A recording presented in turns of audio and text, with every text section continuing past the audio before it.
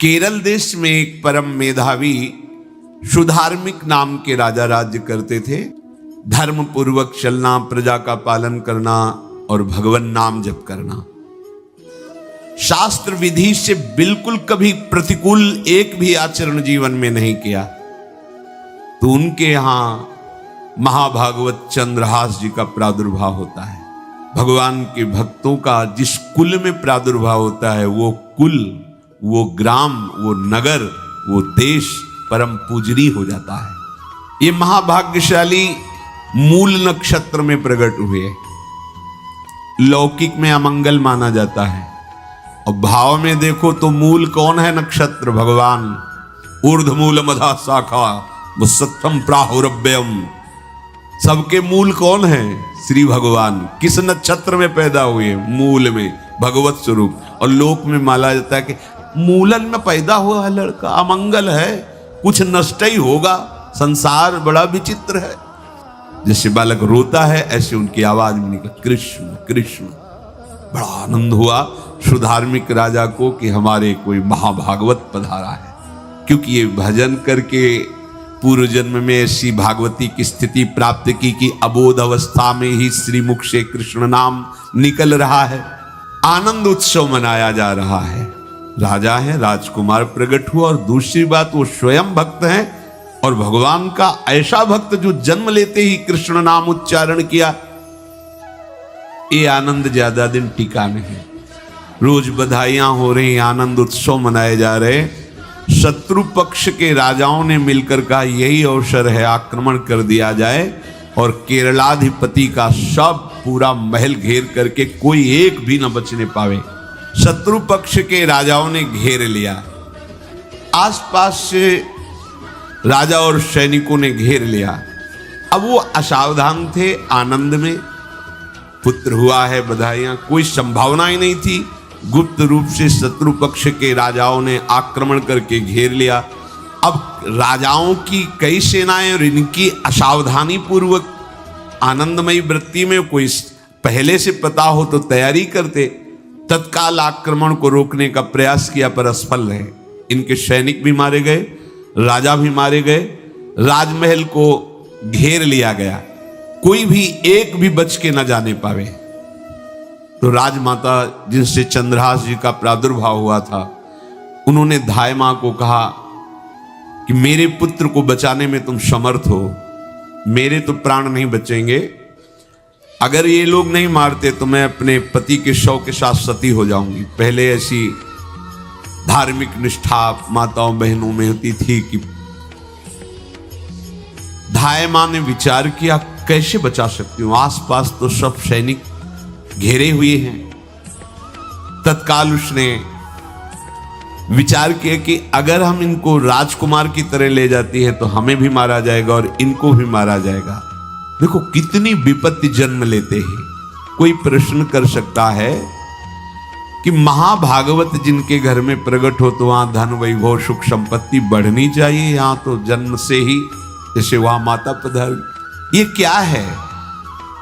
तो श्री भगवान स्वयं कह रहे हैं यस्य तुष्टो रहम पार्थ वित्तम तस्य हराम्यहम करोमि बंधु विच्छेदम सच कष्टेन जीवति।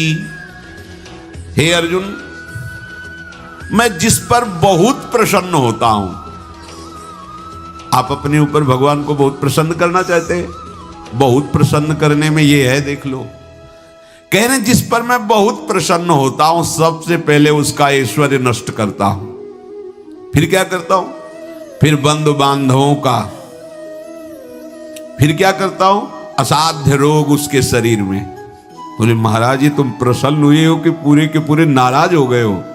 बोले यही मेरी प्रसन्नता है। क्या? माया का नाश। अब एकमात्र भरोसा केवल भगवान का, दूसरा कोई नहीं। ये सबको पसंद नहीं आएगा। सब तो उस भगवान की भक्ति चाहते हैं कि अगरबत्ती धूप बत्ती तन मन धन सब तेरा, स्वामी क्या लागे मेरा। पर अंदर से कह रहे सब तन मन धन सब मेरा, क्या लागे तेरा। ऐसे तो चलेगी भक्ति। लेकिन कई बार सत्संग में पीछे धाम में कहा था कि भगवान को रिझाकर लोक मांगोगे तो चैन से रह लोगे, और अगर उनसे प्यार करने की बात मन में ठानी कि बस मुझे केवल आपकी आंखों में आंखों को मिला करके जीवन व्यतीत करना है, मुझे और कुछ नहीं चाहिए, तो फिर लाडले आपको दुशरिहा का कोई आश्रय रहने नहीं देंगे। ध्यान रखना, जितने दुशरिहा होंगे तो ये बर्दाश्त हो तो कदम आगे बढ़ावे। बहुत प्रसन्न हो जाओ ठाकुर हम पे तो कह रहे यस्य तुष्टो हम पार्थ वित्तम तस्य हराम में हम करोमि बंधु विच्छेदम सच कष्टेन जीवती। जितनी श्वासें रहेंगी भयंकर कष्ट मैं उसको व्यतीत करने के लिए दूंगा। ये दंड नहीं है, ये पुरस्कार है। अनंत जन्मों का हिसाब बराबर करके कहीं इसकी वृत्ति मेरे से हट न जाए, ऐसे घेरे में डाल के अखंड चिंतन करवा के सजयति जयति जग उच्चरे। जाको करत श्याम सहाई प्रथम वर्णो कृपा क्रम हो विषय मूल गवाई। कुल कुटुंब बल वित्त हीनो दीन के दुखदाई। आपने को करजु लीनो आप ही अपनाई। कह रहे हैं अब मैं वर्णन करता हूं श्याम सुंदर जिस पर कृपा करते हैं उस पर कैसा बर्ताव करते हैं। बोले सबसे पहले उसके विषय भोगों का नाश कर देते हैं, फिर दूसरी कृपा कोई परिवार का कोई मित्र कोई रिश्ते नातेदार उसकी तरफ देखेगा भी नहीं। फिर ऐसा दुख प्रदान करते हैं कि केवल एक भरोसा रह जाता है, एक भरोसा एक बल एक आस विश्वास, बस नाथ आपके सिवा हमारा कोई नहीं। बस वहीं से जो चमत्कार प्रकट होता है, त्रिभुवन में कोई उसकी समानता नहीं कर सकता जिस पर ठाकुर की कृपा है। पर इस कृपा को हजम करने के लिए इसीलिए संत संग किया जाता है कि पहले से वो तैयार कर देते हैं। जैसे आर्मी की ट्रेनिंग होती है ना, ट्रेनिंग के बाद भी बॉर्डर में लगाया जाता है, ऐसे ही संतजन ये ट्रेनिंग देते हैं। अब जो टिके तो टिके, नहीं तो घर बैठे जाके, और अगर टिक गया तो गुरु मेहरबान तो चेला पहलवान, भगवान भी परास्त नहीं कर सकते। उसमें ऐसी सामर्थ्य आ जाती है कि हर प्रभु के द्वारा दिए गए विधान को हंस करके स्वीकार कर लेता है। और ऐसा नहीं कि उसको कष्ट होता है, ये लोक भाषा में भगवान कह रहे हैं सच कष्टेन जीविता। नहीं तो जिस चिदानंद में वो सुख भोगता है वो ब्रह्मा को भी नहीं प्राप्त है जो भक्त को प्राप्त होता है। भक्त का वैभव दिव्य होता है, चिदानंदमय होता है। ये तो पापियों के पास भी वैभव है, रुपया पैसा कुटुंब परिवार। भगवान के दास के पास जो वैभव होता है वो अचिंत्य है, तुम चिंतन भी नहीं कर सकते, ऐसा वैभव होता है। धाय माने सेविका का रूप तत्काल लिया, जिससे पोछा झाड़ू लगाने वाले, और कुछ दोने पत्तल डाले, उनके नीचे चंद्रहास जी को डाला, ऊपर से करके ऐसे माथे पे रख के निकली। सैनिकों ने पूछा इसमें क्या है, तो उनका राजघराने के दोने पत्ते जूठे दिखा। ऐसे नीचे किया तो देखा सब ऊपर जूठन पड़ा। हाँ चल निकल जल्दी, भाग यहां से निकल। बस वो भागी, बचा ले गई। वो कुंतलपुर पहुंची और वहां के जो मंत्री दृष्ट बुद्धि थे उनसे प्रार्थना की कि मैं सेवा कला में बड़ी प्रवीण हूं और ये मेरा पुत्र है, अगर आपकी कृपा हो जाए तो कुछ समय के लिए हम आपकी सेवा में, महल सेवा में रहेंगी और हमारे पुत्र का पालन पोषण हो जाएगा। उनकी परीक्षा ली गई तो राजघराने की सेविका थी, परम प्रवीण थी, पर उन्होंने ये परिचय नहीं बताया। विधि विधान से राज्य की सेवा में प्रवीण दासी पाकर उसको अच्छा लगा, ठीक है आप रह सकती है। अभी चंद्रहास जी 3 वर्ष के ही थे कि धायमा पधार गई और ये हर समय कृष्ण कृष्ण कृष्ण कृष्ण कृष्ण नाम इनके चलता रहता था। अब जो उनका दुलार करने वाली थी धायमा, वो भी पधार गई तो कौन उनकी तरफ देखे। पर बहुत ही गौर वर्णन, बड़े ही सुंदर। अब वो गलियों में भटकने, निकाल दिया महल से जब धायमा मर गई, क्योंकि धायमा की सेवा कारण उनको रखा गया था। 3 वर्ष के बालक गलियों में, तो कोई भी माँ देखती उनको तो कोई उनको वस्त्र पहना देती, कोई भोजन करा देती। ऐसे ही भगवान के भक्तों की बड़ी विचित्र लीला होती है। यहां चंद्रहास जी को जो भी माता बहन देखती कुंतलपुर के गलियों में, तो कोई वस्त्र, कोई स्नान करवा देती, कोई काजल लगाती, कोई भोजन पवा देती। परमहंसों जैसा जीवन कट रहा है। कृष्ण कृष्ण कृष्ण कृष्ण। 14 भुवनों में जिनकी अव्याहत गति है जो सबको देखते रहते हैं श्री देवर्षि नारद जी। ये कृष्ण कृष्ण बोलता है बालक और इसका हरि के सिवा कोई नहीं। तो एक दिन एकांत में बैठे हुए थे बालक चंद्रहास जी, नारद जी पधारे हैं, भाई जी से मिले हैं। स्वप्न में कितने महापुरुष मिलते हैं जो भजन ठीक से करते हैं, ये बड़े बड़े महापुरुष आकर के उपदेश करते हैं। ये त्रिकाल सत्य हैं, कोई ऐसा नहीं है कि ये कहानी हैं, अभी हैं। जहां आप भगवत चिंतन करेंगे तो आपको परिचय बड़े बड़े महापुरुषों का मिलने लगेगा। नारद जी आए तो देखा आंख बंद किए हुए चंद्रहास जी कृष्ण कृष्ण कृष्ण कृष्ण कृष्ण ऐसा उच्चारण कर रहे। त्रिकालज्ञ सर्वज्ञ नारद जी ने देखा कि ओहो, इतना छोटा बालक और कृष्ण कृष्ण बोल रहा है। नारद जी ने स्पर्श किया दुलार करते हुए, सुनो आंख खोलो। आंख खोल के देखा श्री देवर्षि नारद जी। नारद जी ने कहा देखो हम तुमको एक अमोघ वस्तु देते हैं, और एक छोटी सी शालिग्राम की इतनी बड़ी शिव शालिग्राम का जो वो दिया। बोले धो के पी लेना और दिखा के पा लेना, यही तुम्हारी सेवा पद्धति है। अर्थात स्नान करा दिया और जो तुम्हें मिले इनको अर्पित। तो उन्होंने विचार किया कि धोने के लिए, स्नान कराने के लिए पात्र चाहिए, भोग लगाने के लिए पात्र चाहिए।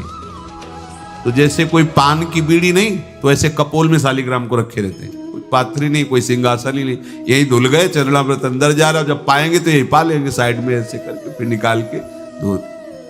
यहाँ कपोल में रखते छोटे से शालिग्राम चंद्रहास जी, और उपदेश किया भगवान के मंत्र का।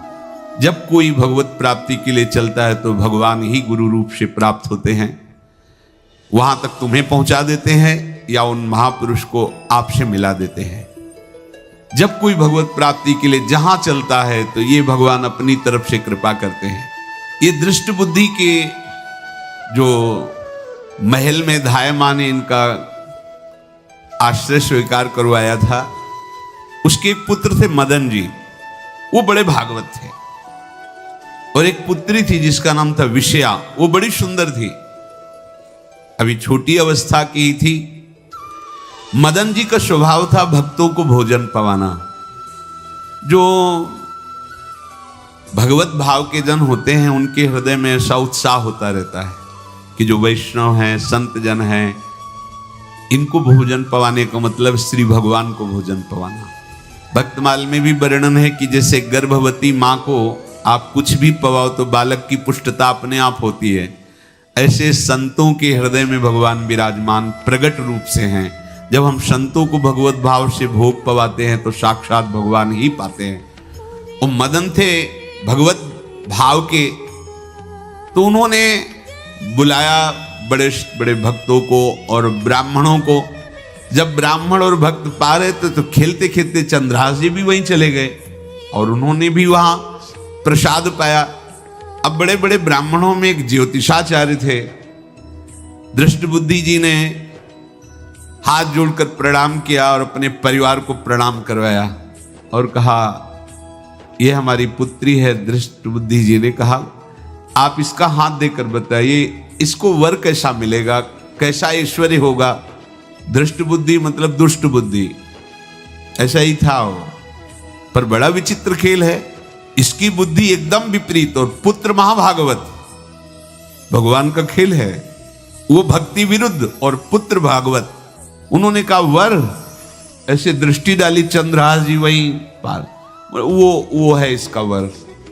वो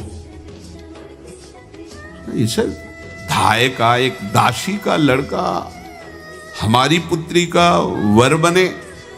बोले शायद आपने ध्यानपूर्वक रेखा नहीं देखी, वो हम देख लिए, यही है तुम्हारी पुत्री का वर। दृष्ट बुद्धि ने विचार किया कि एक भिखमंगा हमारी राजकुमारी पुत्री का दूल्हा बनेगा। पंडित जी को तो दक्षिणा दी, विदा किया और सैनिकों से कहा घर से निकलने न पावे बालक, क्योंकि ज्योतिष पक्की, ज्योतिष शास्त्र सत्य है पर उसका सम्यक ज्ञान होना चाहिए। भला मुझ सम्राट के मंत्री की पुत्री, वो महामंत्री हैं दृष्ट बुद्धि, और ये एक भिखमंगा कैसे हो सकता है? बड़ा हृदय में जलन हुआ, ये तो बड़ी अपकीर्ति और दुर्भाग्य का विषय होगा, इसी को मरवा डालते हैं, काम खत्म हो जाएगा। निश्चय किया और जल्लादों को बुलाया और कहा, ये बालक जो पंगत में भोग पा रहा है, इसको ले जाओ और जंगल में मार के, और इसका कोई अंग हमें काट के दिखाओ कि हम मार, मतलब पक्का मार देना है। क्योंकि वो इतने सुंदर थे, इतने सुशील थे, इतने प्यारे लगते थे कि कोई भी मारने के लिए तैयार। इसीलिए उसने शर्त रखी, इनका अंग काट करके हमको प्रमाण में दिखाया जाए कि मार दिए गए हैं। चांडालों ने हाथ पकड़ा चंद्रहास जी को, लेकिन चंद्रहास जी का स्पर्श करते ही उनको ऐसा दुलार होने लगा हृदय में, जैसे मां को अपने बच्चे से दुलार होता है। स्पर्श करते, दरस परस अघनाश, भक्त का स्पर्श ही पापों का नाश कर देता है। वो दो जल्लाद आपस में कहने लगे, भाई जीवन हो गया लोगों को मारते हुए, कभी कोई पुण्य का काम नहीं। ये देखो भक्त संग का प्रभाव। इस सुकुमार विशाल नेत्र, कैसा सुंदर बालक जो हमारे चित्त को चुरा रहा है, इस दुष्ट बुद्धि मंत्री ने आदेश किया मारने का, भला इससे क्या बिगाड़ा इनका, क्यों मारना चाहता है? देखो वैसे तो मां पापी है ही है, क्योंकि जल्लाद घर में जन्मे हैं, पूर्व जन्म के पापों के अनुसार इस जन्म में न जाने कितनों को हमने काटा है, पर पता नहीं क्या हो रहा है, मेरे हृदय में ऐसी हिम्मत नहीं आ रही कि इस बालक को मैं मार सकूं। दूसरे ने कहा, फिर अगर उसको तुम नहीं मारोगे तो तुम मारे जाओगे, कुछ तो करना पड़ेगा। नहीं नहीं, इस छोटे से बालक से क्या किसी को नुकसान। एकांत जंगल में ले गए और कहा, तुम जानते हो हम तुम्हें किस लिए लाए हैं? चंद्रहास जी बालक थे, 5 वर्ष की आयु अब हो गई थी, तो उनका मुझे पता नहीं कि आप क्यों लाए हैं। बोले, हम जल्लाद हैं, तुम्हें मारने का हुक्म दृष्ट बुद्धि ने दिया है, मारना तो पड़ेगा ही तुम्हें। हमारी इच्छा नहीं कि मारे, पर हम तुम्हें अंतिम बात पूछते, तुम्हें कुछ भी पसंद हो, कुछ भी, तो तुम कहो, हम तुम्हारे लिए ला के देंगे, जो तुम्हें चाहिए बोलो, पर हमें वध करना पड़ेगा तुम्हारा।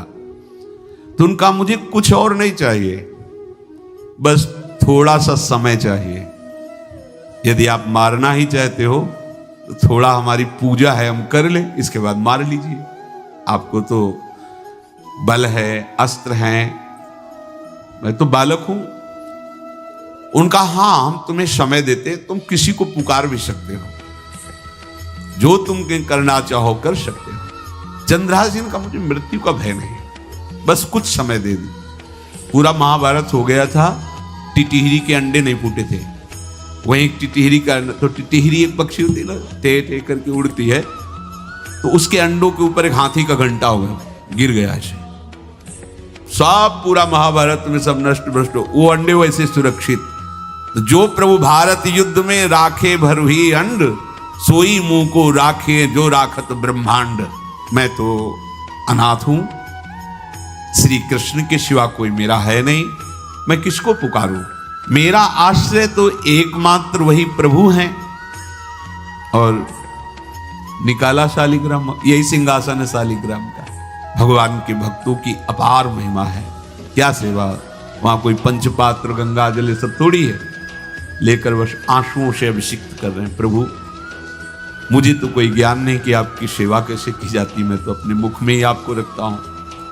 अब मेरे जीवन का अंत होने जा रहा है, बस मैं यही प्रार्थना करता हूं कि मैं आपके ही समीप पहुंचूं, आपका ही स्मरण करूं, आपसे कभी विलग न हूं, एक भी वृत्ति आपसे कभी विलग न जाए।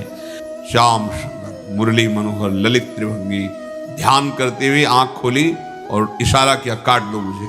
जल्लादों ने जब देखा आंसू चल रहे हैं ऐसा, वो बैठ गए अस्त्र रख के, कहने लगे, भाई तुम मुझे मार दो, भले वो दृष्ट बुद्धि मुझे, मैं इस बालक को नहीं मार पाऊंगा, मेरी हिम्मत नहीं है। कुछ भी हो, मेरा वध हो जाए, पर मैं इस बालक को, गिरे मुरझाई दया आई कछु भाए भरे, ढरे प्रभु और मति आनंद शोभिनी है, हुती छठी आंगुरी सो काट लई दूषण हो, भूषण ही भयो जाई कहीं सांच चीनी है। जब नेत्र का इशारा हुआ कि वध कर दो, तो जो बधिक मारने के लिए आए हत्यारे थे वो आनंद से एकदम प्रफुल्लित हुए और कहा मैं नहीं मार पाऊंगा तुम्हें। तो एक ने कहा देखो एक उपाय मुझे दिखाई दे रहा है, इस बालक में विशेषता तो है ही, पर इसके पैरों में देखो, बाएं पैर में एक छठी अंगुली भी है, किसी किसी को होती है। गांव में तो कहते हैं छंगू या छंगा, जिसे होता है ना गांव में, और ये छंगा मतलब 6 अंगुली के। बोले इसको अगर काट लेते हैं तो प्रमाण भी सत्य, जिसकी कसम खवाएगा मैं खा लूंगा कि ये चंद्रहास जी की है, और मैं मार दिया। और कौन इस बालक को ढूंढेगा, जंगल में छोड़ देते हैं, अपनी तो सामर्थ्य नहीं। बधिकों ने, जल्लादों ने ऐसा ही किया और जाकर अंगुली दिखा दी, मैं बालक का वध करके आ गया हूं। उनको यह कि लाखों बार इन्होंने वध किया तो संशय का कोई रिश्तेदार थोड़ी है, वो तो बालक है, उसको मारने में क्या, हाँ ठीक है मार दिया गया। अब वो जो चले गए तो अंगुली जो कटी थी उससे रक्त प्रवाह हो रहा है। कृष्ण कृष्ण जगन्नाथ वासुदेव जनार्दन, हे कृष्ण हे जगन्नाथ हे वासुदेव हे जनार्दन, ऐसे नाम उच्चारण करते हुए मूर्छित हो रहे हैं चंद्रहास जी। वो छोड़ करके जल्लाद चले गए। चंद्रहास जी भगवान का स्मरण कर रहे हैं, तो जितने जंगल के मृग हैं वो सब मंडलाकार घेर के ऐसे। एक हुमा नाम का पंछी होता है, अगर उसके पंखे की छाया पड़ जाए तो चक्रवर्ती सम्राट का वैभव प्राप्त होता है। और वो भीड़ की भीड़ पक्षी आकर चंद्रहास जी के ऊपर ऐसे घेरे हुए हैं, आसपास मृग मृगी मृग शावक सब घेरे हुए हैं। बीच में चंद्रहास जी कृष्ण गोविंद दामोदर माधव ऐसे उच्चारण कर रहे हैं। जो भगवान के चिंतन में मगन रहना अपना स्वभाव बना लेता है, तो देखो ऐसे हत्यारों के हृदय में भी दया गई, क्योंकि दया समुद्र भगवान का स्मरण जो करते हैं उनमें ऐसी महामहिम दिव्यता आ जाती है। कोई भी कितना भी निर्दयी हो, अंदर से वो भले जल रहा है द्वेष के कारण, पर कहीं ना कहीं ये द्वेष आंतरिक राग का सूचक हो। वो भी भक्त को प्यार करता है, पर भक्ति ना होने के कारण वही उसका राग द्वेष में बदल जाता है। कोई भी हो, अंदर से जब भक्त के प्रति जलन पैदा करता है तो उसमें मूल होता है भक्त की महिमा, भक्त का महत्व, पर उसे ना प्राप्त, जैसे कहते हैं कि वो अंगूर खट्टे हैं और हट नहीं प्राप्त कर पाए तो अंगूर खट्टे हैं। बकाया महत्व सब के अंदर होता है, दुष्ट से भी दुष्ट के अंदर भगवान के भक्तों का महत्व होता है, क्योंकि सबके हृदय में भगवान विराजमान है। अब चंद्रहास जी भगवत स्मरण करते हुए पक्षियों के और मृग आदि के बीच में हैं। उधर भगवान का एक विधान तैयार होता है, वह देश भूमि में रहत लघु भूप और सुख सब एक सुत चाह भारी है। कुंतलपुर के ही अधीन एक चंदनवती नाम की राज्य नगरी थी, वहां के राजा थे, उनके पुत्र नहीं हो रहा था, तो कुंतलपुर सम्राट पद, चंदनवती राज्य राजा, जैसे प्रदेश और दिल्ली में बैठे हुए जो प्रधानमंत्री राष्ट्रपति वो बादशाह, जो दिल्ली का अधिकार वो बादशाह, और ऐसे छोटे छोटे जो राज्य हैं उनको राजा। तो ये चंदनवती के राजा कर दिया करते थे, प्रत्येक राजा को कर देना होता था बादशाह को। इनके पुत्र था नहीं, और कर देने के लिए कुंतलपुर ही जा रहे थे, तो रास्ते में देखा कि बहुत से मृग और पंछी एक घेरे हुए क्या है, तो एक कौतूहल सा कि क्या है बीच में, आसपास मंडलाकार मृग, फिर वो विहंग पक्षी जो भगवान के आश्रित है, भगवान कैसी व्यवस्था करते हैं। वो चंदनावती के राजा दौड़ करके एक कौतूहलवश, क्या है यहाँ, मृगी पंक्तियों के बीच में पक्षी, हुमा नाम का बड़ा पवित्र पक्षी हिमालय आदि में पाया जाता है, जिसके ऊपर इसकी छाया पड़ जाए वो ऐश्वर्यवान हो जाए। देखा बालक दिव्य तेजों में और मूर्छावस्था में नजदीक गए तो अंगुली पूरी कटी हुई थी, तो रक्त प्रवाह, गोद में उठाया और आनंदित हो गए। हमारी पुत्रेष्टि यज्ञ सफल हुई, हमारा दान पुण्य सफल हुआ। ऐसा हमें सुंदर बालक मिला। चंद्रहास जी को लेकर के घर आए और हृदय में भगवान का बार बार कृपा प्रसाद मना रहे हैं, मुझे भगवान ने पुत्र दिया। चंद्रहास जी को लेकर आए, आनंद मंगल बधाइयां बजने लगी, बहुत सी संपत्ति न्यौछावर कर दी। 5 वर्ष के चंद्रहास जी हैं। पूछा बेटा तुम्हारे माता पिता कौन है? कहा श्री कृष्ण। परिवार में कौन है? श्री कृष्ण। मतलब तुम्हारा कोई नहीं है? नहीं है, श्री कृष्ण। समझ गए कि भगवान ही हमें कृपा करके ऐसे महाभागवत पुत्र को दिया। और है कौन? वास्तविक कोई नहीं, श्री कृष्ण के सिवा। बड़ा उत्सव मनाया और अपने राज सिंहासन का अग्रिम अधिकारी युवराज पद चंद्रहास जी को। अब तो पूरे राज्य में आनंद की वर्षा हो रही। राजा मन में विचार कर रहे हैं कि ऐसा प्रतापी भक्त हमारे यहाँ आया है, अब हमको किसी को कर देने की जरूरत नहीं। तो जो हर महीने वर्ष में जो बंधा हुआ कर था उन्होंने नहीं दिया। 1 बार 2 बार 3 बार जब कर नहीं पहुंचा तो सम्राट ने आदेश किया मंत्री को कि चंदनावती से कराना बंद हो गया है। क्या बात है? यदि वो अहंकार से युक्त हो तो आक्रमण करके नष्ट करो, यदि समस्या है तो उसका सहयोग करो। बादशाह के आदेश से वहां दृष्ट बुद्धि पहुंचे तो युवराज पद पर चंद्रहास जी विराज, जिनको मारने के लिए जल्लादों के हाथ में दे दिया था। पूरे पूर्वासी ऐसा प्रभाव चंद्रहास जी का है कि सब कृष्ण भजन करते हैं, सब आनंद में मगन रहते हैं। चंद्रहास जी थोड़ा सयाने हो गए थे तो पूर्ववासियों को उपदेश देते, एक बार हमारे राज्य में भोजन पाया जाएगा 24 घंटे में, और सबके घरों से आरती की शंखनाद घंटानाद सुनाई देना चाहिए। सबके यहां शाम के रोज नाम कीर्तन और भगवत कथा होनी चाहिए, क्योंकि आयुष्यम चपलम तादृक जल बुद्बुद सन्निभम चिंतयध्वम जनामूढ़ा माधवम वर्षम सुस्थिरम। भाइयों, ये आयु बड़ी चंचल है, कब शरीर छूट जाए पता नहीं, पानी का बुलबुला कब फूट जाए कोई पता नहीं। इसलिए माधव श्री कृष्ण का नाम कीर्तन, उनकी आरती पूजा, उनका ध्यान और एक टाइम भोजन पूरे नगर में। अब सोचो कितना भक्ति का प्रभाव होता है। पूरा नगर में हर घर में आरती पूजा कीर्तन। चक्रवर्ती सम्राट के लक्षण स्वाभाविक चंद्रहास जी में प्रकट होते थे। अब दृष्ट बुद्धि जब वहां गया, देखा युवराज पद पर, पहचाना कि वही बालक है, ये तो चंद्रहास है, क्योंकि काफी समय तो महल में ही रहे थे दाई मां के साथ और अच्छे से पहचान थी। और उन्होंने विचार किया कि ये तो बहुत अनिष्ट हो गया, हमने तो मारना निश्चित किया था और जल्लादों ने इसको छोड़ दिया और अब तो ये राजा का राजकुमार बन गया। तो राजा से कहा कि पहली बात, युवराज पद पर बैठालने के पहले तुम्हें सम्राट को सूचना देनी चाहिए थी। दूसरी बात, अभी तक तुमने कर नहीं दिया। जानते हो कि अगर सम्राट का भाव बदल गया तो एक क्षण में तुम्हारे राज्य को नष्ट कर दिया जाएगा। तो राजा ने हाथ जोड़कर चंदनावती के राजा ने कहा, महाराज आप ही अब हमारी रक्षा कर सकते हो। तो उसकी दृष्टि चंद्रहास पर थी, इसको मरवाना है, क्योंकि पंडित ने बताया था यही पति बनेगा। अरे तो अब तो आनंदित होना चाहिए कि अब तो राजा बनेगा, अब तो बढ़िया है। लेकिन चंद्रहास जी को यदि आप सम्राट के पास भेज देते हैं और सम्राट निश्चित प्रसन्न हो जाएंगे चंद्रहास को देख के, तो वो तुम्हारे इस अपराध को क्षमा कर देंगे।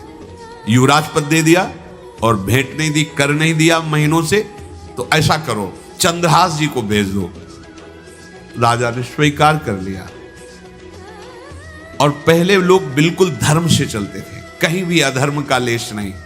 एक चिट्ठी लिखी दृष्ट बुद्धि ने और चंद्रहास जी से कहा खोल के पढ़ना नहीं, मेरे पुत्र मदन को देना जाके, और मदन तुम्हें फिर आगे का कार्य, सम्राट से मिलाना, माफी करवा देना, ये सब करवा देगा, पर ये चिट्ठी तुम रास्ते में खोल के नहीं देखना। वो वैसे भी किसी का पत्र खोल के देखने का धर्म नहीं कहता। अगर कोई पत्र दे तो ये नहीं कि इसमें क्या लिखा है, नहीं, या तो हिम्मत नहीं है, इतनी धैर्य नहीं है तो मत लो। अगर धैर्य है तो हाथ में लेकर जहां तक पहुंचाना है वहां तक पहुंचा दो, नहीं तो वो कार्य ही मत लो। ये अधर्म है कि आप बीच में उसको खोलकर पढ़े। पहले लोग बहुत धर्मात्मा होते थे, एक एक बात धर्मयुक्त होती थी। चंद्रहास जी को चिट्ठी दी, चंद्रहास जी ने पत्र को अपनी पाग में खोस लिया और कुंतलपुर के लिए चले। अब इनका किशोर अवस्था में प्रवेश हो चुका था। एक सुंदर कुंतलपुर के बाहर ही रमणीय बगीचा था, वृक्ष बहुत सुंदर सुंदर, पुष्प वाटिका भी, बड़ा मनोरम लगा। घोड़ा बांध दिया वृक्ष में और पहले सरोवर का बड़ा निर्मल जल होता, जल पिया, हाथ मुंह धोया, थोड़ी देर भगवान का ध्यान करते रहे वृक्ष के नीचे और फिर लेट गए तो नींद आ गई। भगवान बड़े कृपालु हैं। जो भगवद आश्रित होता है त्रिभुवन में कोई उसका अमंगल नहीं कर सकता। अपनी सहेलियों के साथ दृष्ट बुद्धि की वही राजकुमारी जिसके साथ इनका ज्योतिषाचार्य ने कहा था यही पति होगा, वो अपनी बहुत सी समान वयस्क अवस्था की जो किशोरियां थी उनके साथ वो, और ये राजवाटिका थी, इसमें घूमने के लिए आई। तो घोड़ा देखा तो उसने कहा यहां किसी का घोड़ा कैसे आ सकता है? हमें लगता है कोई यात्री इसमें प्रवेश कर गया, उसको पता नहीं होगा कि राजवाटिका है। वो अपने सहेलियों के साथ घूमते हुए उसी वृक्ष के नीचे पहुंची। जा चंद्रहास नौ किशोर अवस्था, और जो भगवान का भजन करते हैं उनमें एक विशेष आकर्षण होता है जो साधारण आदमियों में नहीं होता। वो कैसा भी रूप हो उससे मतलब आकर्षण होता है। ऐसा लगता है इनके समीप बैठे रहे, इनको देखते रहे, इनकी बातें सुनते रहे, उनमें भगवत आकर्षण होता है। आंख मुंदी हुई शोर है, देखते ही पूर्व विधान के अनुसार उसका चित्त लुट गया। इतना सुंदर नौ किशोर अवस्था। आसपास देखा तो सखियां खेलने में लगी थी। पाग में एक चिट्ठी सी दिखाई दी तो झुक करके चुपचाप ऐसे नौ किशोर अवस्था में चंचलता भी होती है, चिट्ठी खोल करके देखा तो वैसे ही रूप माधुरी में आसक्त हो गई थी। पूर्व संस्कार से आकर्षण भी हुआ। इसने संस्कृत में लिखा था विस्मस्मयी प्रदातव्यम त्वया मदन शत्रुवे कार्या कार्यम न द्रष्टव्यम कर्तव्यम खलु में प्रियम। मदन पुत्र उनके नाम का मदन। अय मदन, बिना कुछ विचार किए इसको विष दे देना जाते ही। क्या उचित है क्या अनुचित ये तुम्हें नहीं सोचना, मेरा प्रिय करना, मेरे आदेश का पालन, जाते ही से विष दे देना। उसने देखा पिताजी की बुद्धि खराब हो गई, ऐसे सुंदर नव किशोर को विष देने की बात लिख दी। अब उसे बड़ा दुख हुआ कि पहली ही दृष्टि में, अभी तो इन्होंने आंख खोल के हमें देखा ही नहीं, और इनको इस सोई हुई मुद्रा में देख करके मेरे प्राण समर्पित हो गए, मेरा चित्त समर्पित हो गया। चलो, जब मेरी सखियों के नाम पुकारे जाते हेमलता शशिकला आदि, तो मुझे चुभता था कि मेरा नाम पिताजी ने विषया क्यों रखा है। आज सार्थक हो गया, मेरा नाम सार्थक हो गया। काजल लगाई हुई थी, एक सीख से ऐसे काजल लिया, और एक संस्कृत में आ बनता है ऐसा, ऐसे बस ऐसे कर दो तो विषया हो गया। अब उसका अर्थ बदल गया। हे मदन, उचित अनुचित का विचार छोड़कर जाते ही इसे विषया प्रदान कर दो, ये मेरा प्रिय कार्य होगा। विषया पुत्री भगवान है, जैसी हो भवतव्यता तैसी बने सहाय, आप ना आवे आप परताई तहां ले जाए। तो ओ पत्र वही खोस दिया, और ये सुख हुआ कि तो जाएंगे भाई के पास ही ना, तो घर में ही तो जाएंगे, वहां इनकी इस प्रसन्न मुद्रा में बातचीत करते हुए मैं इनको देखूंगी। ये भगवान का विधान होता है। चंद्रहास जी उठे और पूछते हुए मंत्री के घर पहुंचे, और मदन ने जो ही कि चंदनावती से पिताजी ने इनको भेजा है, ये वहां के राजकुमार हैं, हृदय से लगाया। चंद्रहास जी ने कहा आपके पिता ने पत्र दिया है। उन्होंने पत्र पढ़ा, विषमसमयी विषयासमयी विषय, तुरंत बिना विचार किए ब्याह कर दो, दे दो, क्योंकि लिखा है प्रदातव्यम त्वया मदन, अभी इसी क्षण जहां ये पत्र मिले, उनका जो आ गया, सुबह शीघ्र शुभम शीघ्र, बुलाओ पंडित को। पंडित ने कहा भगवान की कृपा से अगला मुहूर्त है, बिल्कुल ये ब्याह का पक्का मुहूर्त है। अब तो राजघराने तत्काल व्यवस्था हुई। अब वो तो पहले ही मोहित हो चुकी थी देख के विषया जी। तत्काल दुल्हन रूप उनको सजाया गया, इनको दूल्हा रूप सजाया गया। पंडित शुरू कर दिए गणानंद तो गणपति को ब्याह हो गया। अब जब ब्याह यहाँ खूब धूमधाम से हो गया तो दृष्ट बुद्धि ने सोचा कि काम हो गया होगा, विष दे दिया हो गया, मर अब हम जाके संभाल लेंगे, क्योंकि राजकुमार है, कैसे विष दिया, कौन दिया, तो इस बात को हम संभाल लेंगे। जब वहां घर है तो पूरे नगर में सजावट हुई थी। बोले भैया सजावट का है कि? बोले महाराज आपके ही आदेश से तो है, आपने दूल्हा भेजा था। वो दूल्हा भेजा, ब्याह किसने कब कहा ऐसा? बोले वो तो मदन के पास चिट्ठी रखी है। अब वो घर गए, मदन को बोला बोले तुम्हारी बुद्धि मारी गई क्या? हमने पत्र में लिखा था। दिखा दिया, लिखा था हमने, विष इसमें विषया कैसे लिख गया? काजल से ऐसे, और पहले स्याही काजल की ही होती थी, तो ऐसे भगवान सब कुछ बना देते हैं। उनका पिताश्री एक भी अक्षर आपकी आज्ञा को उल्लंघन, आपने लिखा था बिना विचार किए उचित अनुचित का हमारी आज्ञा का पालन किया जाए। विषया प्रदातव्यम मदन, मेरा नाम लेके आपने संबोधन करके ये देखो ये लिखा हुआ है, इसमें हमारी त्रुटि क्या है? देखा तो चंद्रहास जी दूल्हा और सुंदर। अब उसका हृदय आग ले। अब तो मान जाना चाहिए बिटिया का वर्ण हो गया भाई, ब्याह हो गया, अब तो गुस्सा छोड़ देनी चाहिए। पर दुष्ट बुद्धि, नाम ही रखा था धृष्ट बुद्धि, उसने कहा चाहे बिटिया विधवा रहे पर तुम्हें जिंदा नहीं रहने देंगे। ये दुष्ट बुद्धि होती है। देखो कैसे कैसे ऐसे ही होते हैं कुछ लोग, ऐसे ही होते हैं। हमारी इज्जत, फिर जेल काटता है पूरा परिवार, मार डालेंगे तुम्हें जिंदा नहीं रखेंगे, ऐसे दुष्ट बुद्धि का स्वभाव होता है। अब भाव जब बिगड़ जाता है तो फिर पकड़ में नहीं आती बात, यही समझ जाना चाहिए था। चरणों में प्रणाम करके कि अब तो तुम हमारे बेटे के समान हो, ये भी राज्य तुम्हारा, वो भी, आनंद लो। अब बड़ा सुख का कार्य। लेकिन जब नकारात्मक सोच आ जाती है तो बुद्धि कंट्रोल में नहीं रहती, वो फिर उद्दंडता करने, उसका निश्चय गलत होता है। नजदीक गया और कहा कि बहुत कृपा हुई, आप हमारे दामाद बने। पर हमारे यहाँ की एक रीति है, हमारे नगर के बाहर जो देवी हैं उसमें लड़की का वर अकेले पूजा करने जाता है। आपको हमारी कुल की रीति का निर्वाह करना होगा, आपको जाना ही होगा। कोई समस्या नहीं, हमारे लिए तो हर देवी देवता भगवत स्वरूप है, आपके लिए हम पूजने चले जाएंगे। पूजन की थाल तैयार करो। और उधर कई बलवान सैनिकों को भेजा, देवी पूजने जो आ रहा है तत्काल उसे काट देना, किसी भी तरह बचना नहीं चाहिए, नहीं तुम सब मारे जाओगे। जो आदेश देवी मंदिर में सैनिकों को लगा दिया, जो आवे तत्काल मार देना, क्योंकि अब भेज ही रहे ना, तो नाम नहीं लिया, कहा जो आवे तत्काल मार देना, मेरा आदेश अगर बचा तो मैं तुम्हें मार दूंगा।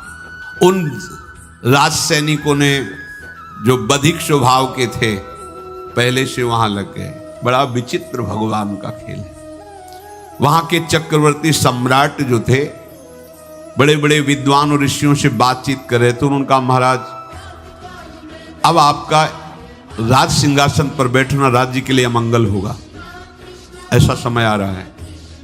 इस समय यदि चंद्रहास जी को सम्राट पद पर बैठाल दिया जाएगा तो आगे अकाल नहीं पड़ेगा और बड़ा मंगल होता चला जाएगा। ये मुहूर्त आपका राज सिंहासन पर से हटने का है, तो उनका प्रजा का मंगल हो और देश का मंगल हो, इसलिए हम बिल्कुल। मदन वहीं बैठे हुए थे। सचिव ने कहा तुरंत जाओ और जो तुम्हारे बहनोई बने हुए हैं चंद्रहास जी को लाओ। तो भागे। जो और सैनिक राज सैनिक थे, पूछा किधर जा रहे हो? बोले वो अपने बहनोई चंद्रहास जी। बोले वो तो देवी पूजा के लिए गए। तो तो घर न जाके वो सीधे आगे बढ़े, तो जा ही रहते थाल सजा कर देवी। बोले सुनो, इसी समय मुहूर्त है, आपको देवी पूजा हम कर लेंगे जाके, या हम थाल लेके वहां बैठे रहेंगे, पहले सम्राट पद का वो अभिषेक करो, फिर देवी पूजा हो जाएगी। ये तो घर की बात है, और देवी पूजा मैं करके आ रहा हूं, वो देवी पूजा के लिए और वो सम्राट पद के लिए, बीच से ही दौरे सुख पाई जाई, मगही में लियो जाए, दियो सो पठाई, नृप रंग माही भीजिए। अब जो सम्राट थे तो बहुत आनंदित हो गए, क्योंकि भगवान का भक्त तेजस्वी और बलवान शूरवीर योद्धा जो सम्राट पद पर बैठेगा तो अकाल नहीं पड़ेगा, सुख की सब प्रजा को वृत्ति प्राप्त होगी। बड़े आनंदित होकर इनका सम्राट पद पर अभिषेक हो रहा है। और दृष्ट बुद्धि के पुत्र जो मदन संतों और भक्तों का आदर करते थे, वो देवी पूजा, और वहां पहले उसने बोल रखा था जो आवे तो देवी अपमान ते न डरो, सम्मान करो, जात मारी डार्यो या सो भाष्यो भूप लीजिए। चंद्रहास जी का सम्राट पद पर अभिषेक और मदन जी का देवी मंदिर में प्रवेश, और सैनिकों ने काट के फेंक दिया मदन। ये जो पे कृपा रघुपति कृपाल की, बैर और की कहा सरे, होई न बाको बार भगत को, जो कोई कोटि उपाय करे। गोस्वामी तुलसीदास जी लिखते, भगवान का कृपा पात्र जो भक्त है, किसकी ताकत है कि उससे बैर कर सके। चाहे कोई त्रिभुवन में हो, भक्त का बाल बांका नहीं कर सकता, चाहे करोड़ों करोड़ों उपाय कर ले। और तके नीच जो मीच साधु की, सो पामर ते मीच मरे। वेद विदित प्रहलाद कथा सुनि, को न भगति पथ पाम धरे। अगर तुम जिस भाव से साधु को नीचा दिखाना चाहोगे, वही भाव तुम्हारा सर्वनाश कर देगा।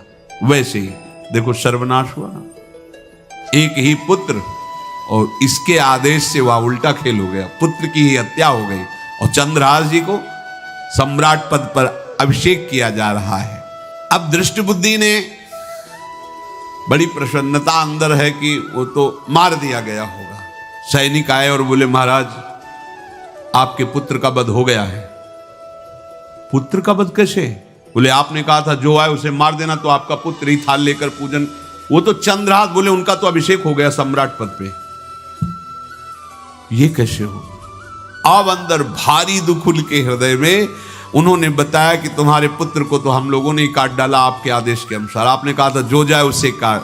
अब तो छाती पीट पीट के, माथा फोड़ फोड़ के खूब रो रहा है। किसी का कोई भी बस नहीं चल सकता भगवान के भक्त के ऊपर। तंत्र मंत्र दुनिया का जितना भी सामर्थ्य है, ये भक्ति को ऐसे खिलवाड़ नहीं है। अब वो बार बार मैं कितना भागी, हाय मैं कितना भागी, अपने पुत्र को ही मरवा दिया, ये हाहाकार करके रो रहा है। चंद्रहास जी ने जब सुना तो उन्होंने कहा अरे मृत्यु तो मेरी निश्चित थी, फिर मदन भैया को वो मेरी मृत्यु प्राप्त हुई। नहीं नहीं, ऐसा नहीं हो सकता, मैं अभी जाता हूं। वहां गए, अंगों को रखा, भगवान का ध्यान करते स्मरण करते से हाथ फेरा, उठ के बैठ गए। अब ये घटना तो उनको पता नहीं थी दृष्ट बुद्धि को, उन्होंने खोपड़ी फोड़ करके अपनी हत्या कर ली। उनको जिला के आए तो फिर उनको जिलाया और कहा पिताजी अब कृष्ण कृष्ण जपो। अब उनकी बुद्धि शुद्ध हुई और भगवान का आश्रय लेकर के वो अपने जीवन को भगवत भक्ति में बनाए। तो जो भगवान का भक्त है उससे द्रोह करने वाले को भी परम मंगल ही देते हैं भक्त। पर भक्ति में अनन्यता की आवश्यकता है। प्रारंभ इहलोक परलोक के सारे सुखों को भगवान के चरणों में समर्पित करके किसी व्यक्ति वस्तु स्थान का आश्रय नहीं होना चाहिए।